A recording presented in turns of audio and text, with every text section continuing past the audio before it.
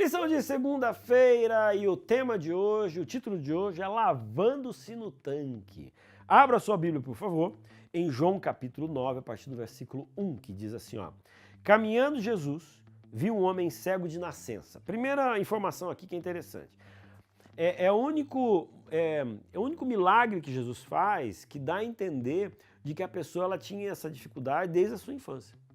Ah, não, pastor, e Bartimeu? Você lembra da cura do Bartimeu? Pois bem, tem um momento que Jesus fala assim, ei, o que você quer? Ele fala assim, que eu torne a ver.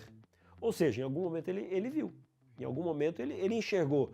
Não sei se foi um acidente, se foi uma doença, o que aconteceu, mas ele era cego, mas em algum momento ele estava enxergando.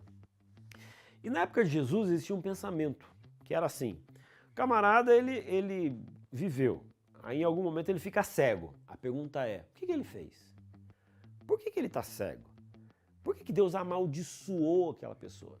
Então toda pessoa que tinha uma limitação física, ela tinha a dificuldade, né, da doença, mais uma negação social, mais inclusive uma negação da própria religião, né? Não, aquele ali é perigoso, aquele ali é alvo da raiva, do ódio e da justiça de Deus, porque ele enxergava, agora está cego. Agora, nesse caso, ele nasceu cego. A pergunta é, e aqui vem versículo 2, e os seus discípulos perguntaram, mestre, quem pecou? Este ou seus pais, para que nascesse cego? Gente, vamos combinar? Que pergunta estúpida. Imagina você passando do lado de Jesus. Quem era Jesus? Jesus era aquele que fazia milagres.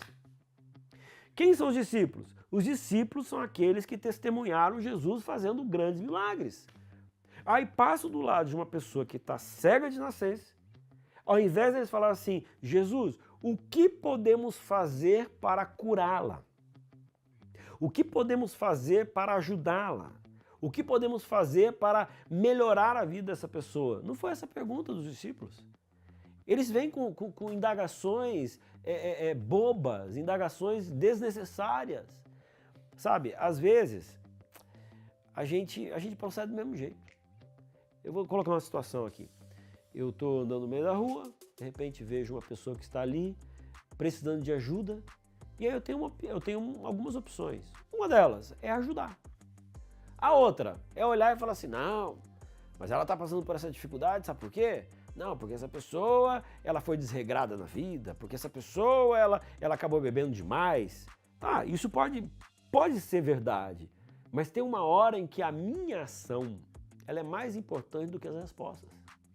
Então, os discípulos aqui, eles estavam fazendo um questionamento que eles queriam entender a respeito dessa questão da nascença, da cegueira, etc. Só que era uma pergunta que poderia ter sido feita num outro momento. Eles demonstraram aqui a frieza do seu coração, de não perceber a tristeza, a miséria e a necessidade do outro.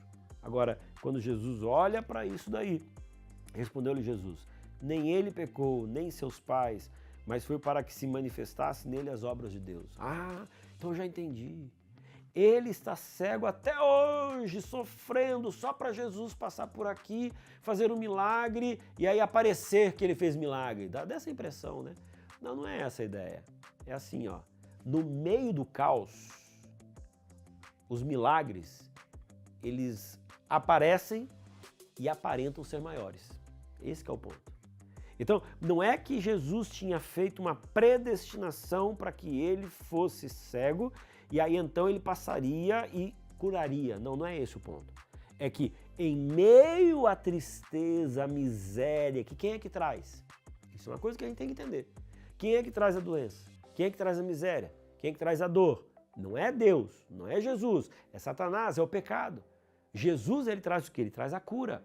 Jesus, ele traz o quê? Ele traz transformação. Então, em meio ao pecado, em meio à dor do pecado, Jesus agora ele aparece e ele traz esperança, vida, cura e outras coisas mais. Então, é sobre isso que Jesus estava querendo mostrar para os seus discípulos. Resultado disso, aquele homem, ele começou a enxergar. Ele era cego de nascença, nunca tinha enxergado absolutamente nada, mas agora ele enxergava.